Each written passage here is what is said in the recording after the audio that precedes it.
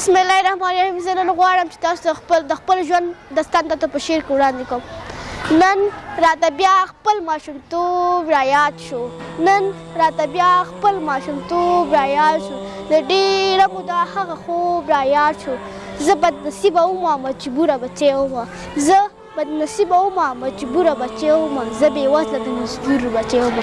غریبي څومره که ځپلې ومه، غریبي څومره که ځپلې ومه، بیا هم په کور کې نازولې ومه، بیا هم په کور کې نازولې ومه. د خان بچي به چخاني کوله، د خان بچي به چخاني کوله، ما به د هغه سره سیالي کوله، ما به د هغه سره سیالي کوله. زه خو کمکی او نادانه ومه، زه خو کمکی او نادانه ومه، ما به د هغه سره سیالي کوله. زه به سیالي کې تل ناکامه ومه. یو ورځ مې پلار په خپله خوله مې دا وینا شروع کړه: پلاره زما همزولي مکتبونو ته ځي، په ډېره مینه خپل درسونو ته ځي، زه ورسره یوازې تلل غواړمه، مکتب کې ځان شاملېدل غواړمه. پلار مې اول ټولګي کې داخله کړمه، ما خپل سبقونه په ډېر ذوق یادول، هر یو مضمون مې په ډېر شوق یادول. کله به چې په مکتب کې تفریح شوه، په جینکو به خوشحالي شوه، هغو به میلې کولې، میلې به صرف په پیسو کېدلې، دا میلې به صرف په پیسو کېدلې. هغوی به زه به ځان ته شم ودرېدم به، هغوی به نه پرېښودمه، هغوی به ځان سره نه پرېښودمه.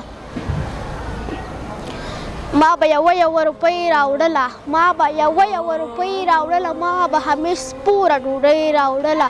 زه به تش لاس ملامته ومه، زه به تش لاس ملامته ومه، زه به تش لاس ملامته ومه، زه به ځان سره خپله خجالته ومه. سیمپیانو به هر وخت پیغور راکولو، سیمپیانو به هر وخت پیغور راکولو، خو پیغور به بلا زور راکولو. یو ورځ مې استاد په ټولګي کې ودرولم، په لاس یو څو لښتې ووهلم، ویې ولې کتابچې نه لرې، ته د مکتب خپلې جامې نه لرې، ځان له به ډېرې کتابچې واخلې، سر له سبا به ځان له د مکتب خپلې جامې واخلې. زما سیمپیانې به هر څه سنبالې وي، هغوی به مالدار وي، په زړه به خوشحاله وي. زه به نیمګړې ومه، خو ژوندی ومه، خو لکه مړه ومه.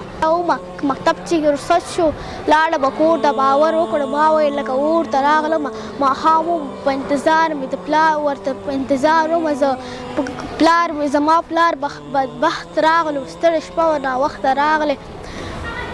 پلار غېږې ته خطا شومه، سم د لاسه په ژړا شومه، سم د لاسه په ژړا شومه.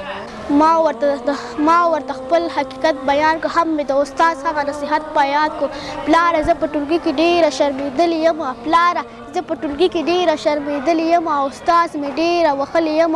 ما له به ښه کتاب، ښایسته بوټونه اخلي، هم جامې هم قلمونه اخلي. پلار په خپلو سوچونو کې ډوب شو، رنګ یې زیړ شو، په خپلو خولو کې ډوب شو. بابا جانه ما نه لږ غوندې خفه شولې، ما نه لږ غوندې خفه شوې، نن خو هغه هم ما ته غوسه غوندې شوی. ما چې د خپل پلار خفګان ولیدو، په خپل پلار خفګان، نور مې د پلار مخ کې ژړلی نه شو، د پلار حالت باندې مې پوهه شومه، په خپله غربت باندې پوهه شومه.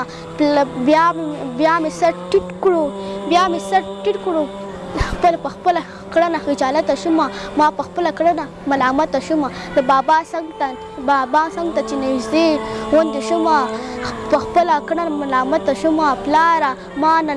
پلار جانه ما ته نن بخښه وکړه، ما خو هسې تېروتنه وکړه.